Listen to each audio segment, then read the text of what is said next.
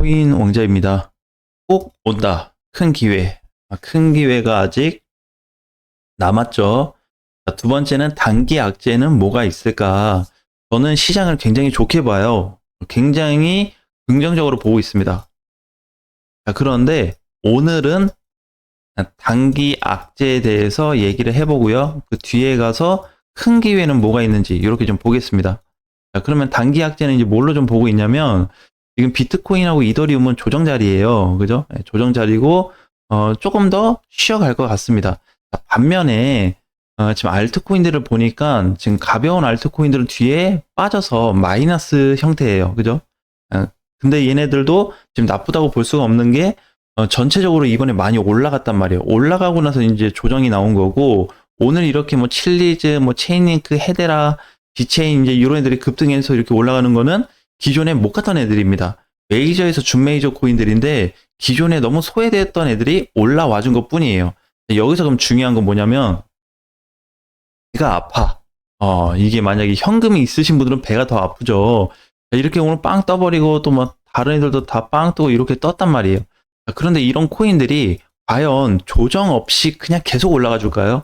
시장이 아무리 좋아도 양봉, 양봉, 양봉. 이게 양봉이 10개, 20개, 30개씩 계속 올라갈까요? 네, 절대 그렇게 되지 않습니다.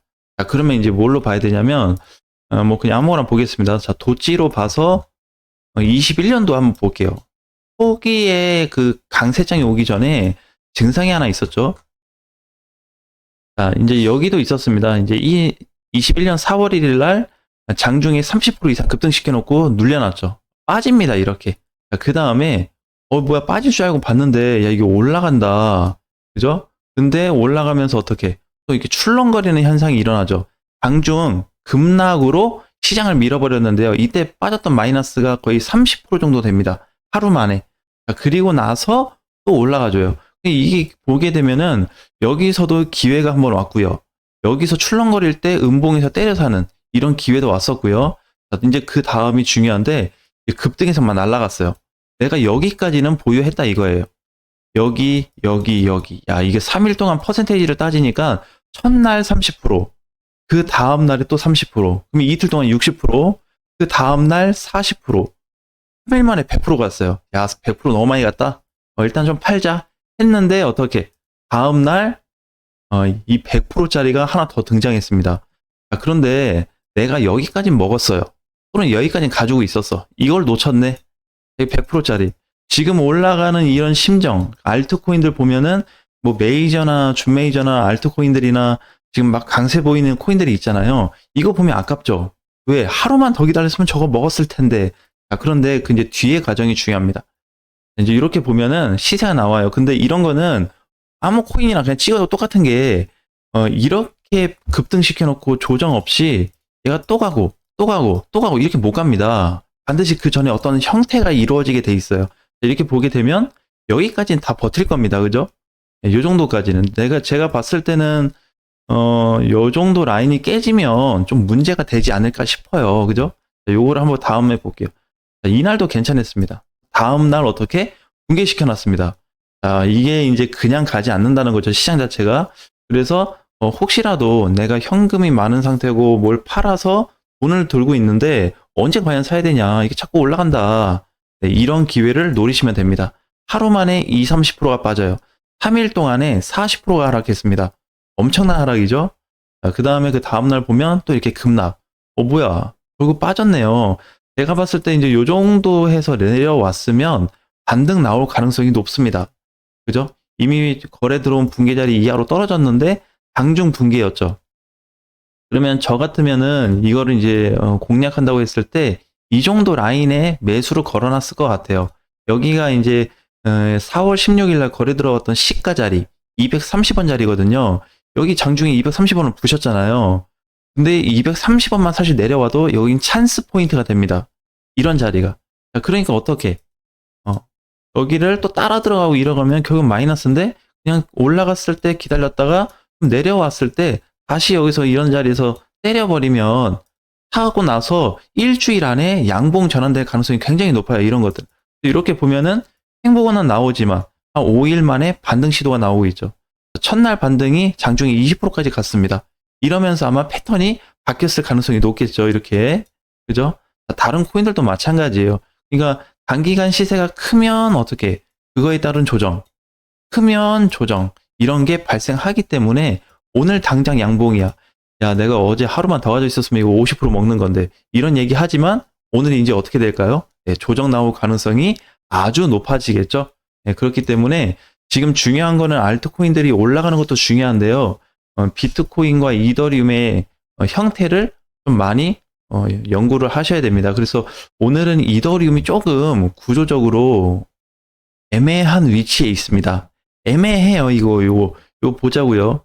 자, 그죠? 뭔가 애매합니다. 장중에 1% 넘게 빠졌거든요. 비트코인도 어제 장중에 좀 출렁거렸어요. 그래서 알트코인들도 같이 출렁거렸죠. 근데 지금 막 다시 살아난 것 같아. 과연 정상적으로 살아났을까라고 생각을 해봐야 된다는 겁니다. 물론 길게 보면 중간에서 잠깐 출렁이는 거 버틸 수 있어요. 그죠? 예, 근데 단순 출렁이냐 아니면 찐 출렁이냐, 찐으로 떨어질 거냐, 단순하게 그냥 떨어질 거냐, 이 차이로 봐야 되는데, 저는 단순으로 보고 있지는 않습니다. 그래서 오늘 영상에 대한 부분을 전체적으로는 저도 시장을 굉장히 긍정으로 보고는 있지만, 오늘부터는 약간의, 좀 단기적인 악재가 좀 발생하지 않을까, 이렇게 보시면 좋을 것 같아요. 그래서 지금 많이 올라간 코인들 절대 아쉬워하지 말고요. 기존에 잘 갔었던 도치 같은 경우에도 급등한 다음에 못 가요. 그죠? 그러니까 이게 단기간 급등이 커져버리면 이런 조정이 계속 길어질 수밖에 없습니다. 그럼 얘가 왜 못 가냐 이렇게 하면 안 되겠죠. 왜? 단기 시세. 오른 것만큼 떨어져 주면 상승 비율이 갑자기 이제 높아질 수가 있는데 오르고 나서 떨어지지 않고 계속 이제 길어진다는 거죠. 떨어지면 떨어질수록 상승 비율이 자꾸 높아지거든요. 횡보가 나오면 상승 비율이 더뎌요. 늦게 나타납니다. 그러니까 오히려 차라리 빠졌다 가는 게 낫다. 이제 이런 얘기를 하는 거예요.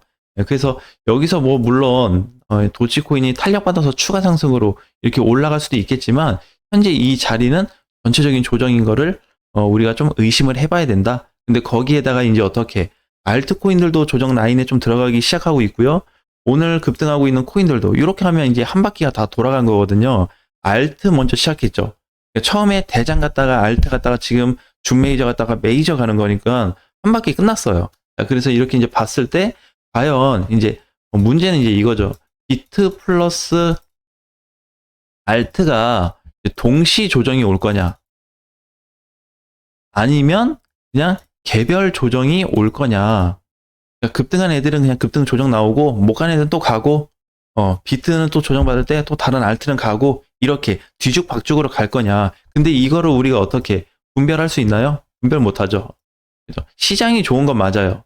시장이 좋은 건 맞은데 과연 여기서 도치코인이 이렇게 빠져가지고 500원 온다든지 또는 500원 밑으로 온다 그러면 여기서 사신 분들은 좀 생각이 달라질 겁니다.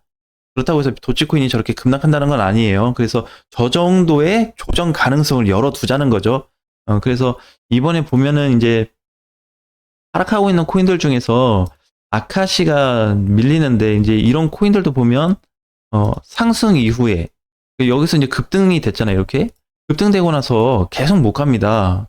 중요한 거는 계속 갈 것 같은데 그 계속이 안 나와요. 반드시 일정 관문을 지나야지만 상승 비율로 전환이 됩니다. 이게 왜 그러냐면 이런 좀 구조적인 부분이 있어요. 좀 쉽게 얘기를 해볼게요. 지금은 이제 만약에 상승 비율이 높게 잡힌 상태입니다. 지금 잡혔다고 이렇게 칠게요. 그럼 이제 코인들이 올라가겠죠. 그럼 올라가면서 상승 비율이 줄어들게 돼 있어요. 이게 반드시 역효과가 발생됩니다. 반드시 상승 비율이 낮아져요. 그럼 올라가고 나서는 어떻게? 상승 비율이 낮아지니까 이게 어떻게 이제 하락 비율이 늘어나겠죠. 당연한 구조거든요. 상승 비율과 하락 비율은 항상 시장이 좋든 나쁘든 조정장이든 똑같이 존재합니다. 근데 지금은 어떻게? 상승 비율이 초기에 뜨기 전에 강한 상태였기 때문에 지금까지 올려놨고 지금 올라오고 나서는 상승 비율이 많이 줄어들었기 때문에 하락 비율이 높아졌다는 거죠. 그러니까 이 하락 비율을 보고 이 하락 비율이 무조건 나타났다 그래서 크게 떨어지는 건 없어요. 이게 이렇게 횡보가 나올 수도 있고요.